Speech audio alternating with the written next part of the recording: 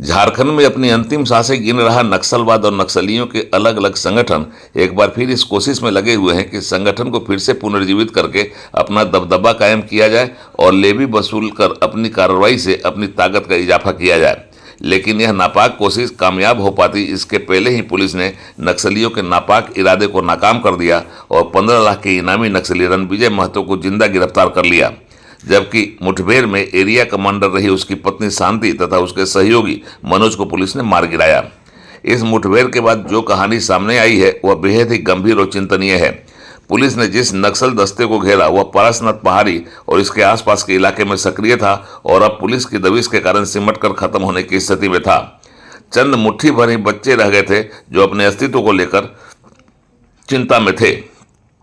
यह जानकारी मिली है कि नक्सलियों का यह दस्ता झुमरा और लोगों के पास सक्रिय विवेक से मिलकर एक बार फिर नक्सली संगठन को संगठित करने के मकसद से और लगभग मर चुके इस संगठन को जिंदा करने के प्रयास से पारसनाथ से झुमरा के लिए चला था। मकसद था भाकपा माओवादी संगठन के केंद्रीय कमेटी मेंबर विवेक से मिलकर माओवादी संगठन को प्राणवायु देना। लेकिन उनके नापाक मकसद की भनक पुलिस को लग गई। पुलिस ने इनके दस्ते के 15 लाख के इनामी रणविजय को गिरफ्तार किया और फिर उससे पूछताछ के बाद जो इनपुट मिले उसने पुलिस को पेक नारायणपुर थाना क्षेत्र के बंसी जरवा जंगल में पहुंचा दिया, जहां विवेक से मिलने चला यह दस्ता पुलिस के घेरे में फंस गया और फिर बोकारो के पुलिस अधीक्षक मनोज स्वर्गियारी के नेतृत्व में झारखंड पुलिस, जगवार, सीआरपीएफ और कोबरा बटालियन 2009 द्वारा चलाए गए ऑपरेशन से यह दस्ता घिर गया। चारों तरफ से घिर जाने के बाद नक्सली दस्ते की ओर से फायरिंग झोंकी गई और फिर पुलिस ने भी जवाबी कार्रवाई की। इसमें 2 नक्सली ढेर हो गए और इस दस्ते के अन्य साथी जंगल का लाभ लेकर भाग निकले। सर्च अभियान के दौरान मिले AK-47 और इंसास राइफल को लेकर पुलिस भौचक है और यह प्रयास कर रही है कि जो हथियार बरामद हुए हैं वह पुलिस से लूटे गए हैं या फिर किसी अन्य जगहों से लाए गए हैं, इसकी जानकारी ली जाए। हालांकि नक्सलियों से अत्याधुनिक हथियार या विदेश निर्मित हथियार मिलना कोई नया नहीं है। इसके पहले हजारीबाग में नक्सलियों के पास से एसॉल्ट राइफल बरामद किए गए थे जो अमेरिकी सेना के इस्तेमाल में आते हैं। माना जा रहा है कि नक्सलियों के इंटरनेशनल आर्म्स कनेक्शन है। वैसे पुलिस इनकाउंटर में से ढेर किए गए नक्सलियों के पास से बरामद हथियार को लेकर पुलिस की यह टीम अब जांच में जुट गई है और नक्सलियों के देश विदेश में पहले आर्म्स कनेक्शन की गुत्थी सुलझाने के प्रयास में लग गई है।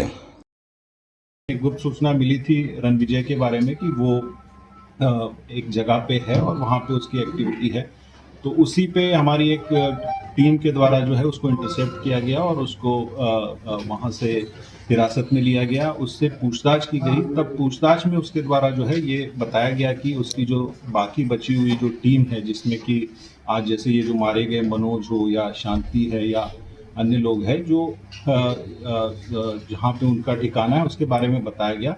तो इमीडिएटली जो है एक संयुक्त टीम जिसमें कि कोबरा 209 सीआरपीएफ की टीम और बोकारो पुलिस जिसमें एसपी बोकारो खुद लीड कर रहे थे और सीआरपीएफ के भी 2 डिप्टी कमांडेंट ब्रजेश लीड कर रहे थे। उस टीम के द्वारा इमीडिएटली उस सूचना के आलोक में जो है प्लान किया और रात में ही ये ऑपरेशन को एग्जीक्यूट किया। जैसे ही सुबह जो लोकेशन मिला था वहाँ पे टीम पहुँची तो नक्सलियों के द्वारा फायरिंग शुरू की। जैसे ही पुलिस पे जो जॉइंट फोर्सेस पे फायरिंग आई तो इन्होंने भी उसका जवाब दिया और जब फायरिंग रुकी तो एरिया को सर्च किया गया तो उसमें 2 जो है नक्सली मृत पाए गए जिनके डिटेल्स आपको बताए गए हैं। वहाँ से उनके पास से एक AK-47 और 2 इंसास राइफल बरामद की गई है, जिसमें कि एक AK-47 रणविजय की होने की बात अभी तक आई है। ये प्रिलिमिनरी इन्फॉर्मेशन है, इसको और सत्यापन किया जा रहा है और भी फर्दर। निश्चित रूप से अभी तो यही लग रहा है कि पुलिस से लूटा हुआ ही है, बट चूंकि अभी वो वहाँ पे सर्च अभी चल रही है, जैसे आएगा उसके बाद फिर फर्दर उसमें हम लोग और जब वेरिफिकेशन करेंगे तो उसमें और क्लियर होगा कि ये कहाँ से लूटा गया था, कब लूटा गया था। अच्छा, ये कभी इंसास राइफल मिला था यहाँ हजारीबाग में मिला था जो अमेरिकन आर्मी के काम में आता है, फिर इस तरह का जो राइफल मिला, क्या लगता है कि नक्सलियों का इंटरनेशनल आर्म्स कनेक्शन भी है? लेकिन पूर्व में कई सारे ऐसे बातें आई है जो कि arms sources even north east से या अन्य जगहों से भी आने की बातें आई है। अच्छा सवाल है। जो है इसमें कई बार हम लोगों को नॉर्थ ईस्ट से भी कनेक्शंस मिले हैं या अन्य जगहों से भी इस तरीके के सोर्सेस आए हैं, जिस पे काफ़ी अच्छा काम भी हुआ है झारखंड में, खासकर जो झारखंड को नक्सल फ्री करने के डीजीपी के टास्क को पूरा करने के लिए पुलिस ने जो अभियान चलाया उसने नए साल में बोकारो पुलिस के खाते में एक बड़ी उपलब्धि डाल दी।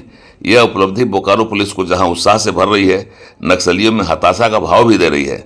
15 लाख के नक्सली के पकड़े जाने के बाद उस पर घोषित इनाम की राशि के हकदार अभियान को सफलतम तरीके से अंजाम देने वाले पुलिसकर्मी हो गए हैं और अब उन्हें पुरस्कृत करने की योजना बनाई गई है। जैसा मैंने कहा कि कल जो अरेस्ट हुआ है वो नक्सली 15 लाख का इनामी है, तो निश्चित रूप से वो सर का डायरेक्शन हुआ है कि उसको टिपिकल डिले जो होता है वैसा नहीं करके हमें टारगेट दिया गया है कि अगले 7 दिनों के अंदर में जो है जो टीम इसमें शामिल है उसको पूरी पुरस्कार की राशि दी जाएगी और इसके अलावा जो इसमें शामिल है उनको पुरस्कृत किया जाएगा। विवेक का भी खात्मा। बोकारो पुलिस को मिली है बड़ी कामयाबी। एक तरफ नक्सलियों के लिए खतरे की घंटी है तो दूसरी तरफ पुलिस के उत्साह को बढ़ाने वाला भी है। इस सफलता ने पुलिस को जो ऊर्जा दी है और इस ऑपरेशन को जिस तरीके से बोकारो के एसपी मनोज स्वर्गियारी ने अपनी टीम के साथ अंजाम दिया उसकी राज्य स्तर पर प्रशंसा हुई है। बोकारो पुलिस की यह सफलता और कार्रवाई दूसरे जिलों के पुलिस के लिए भी एक नजीर है। उड़ान लाइव ब्यूरो की स्पेशल रिपोर्ट।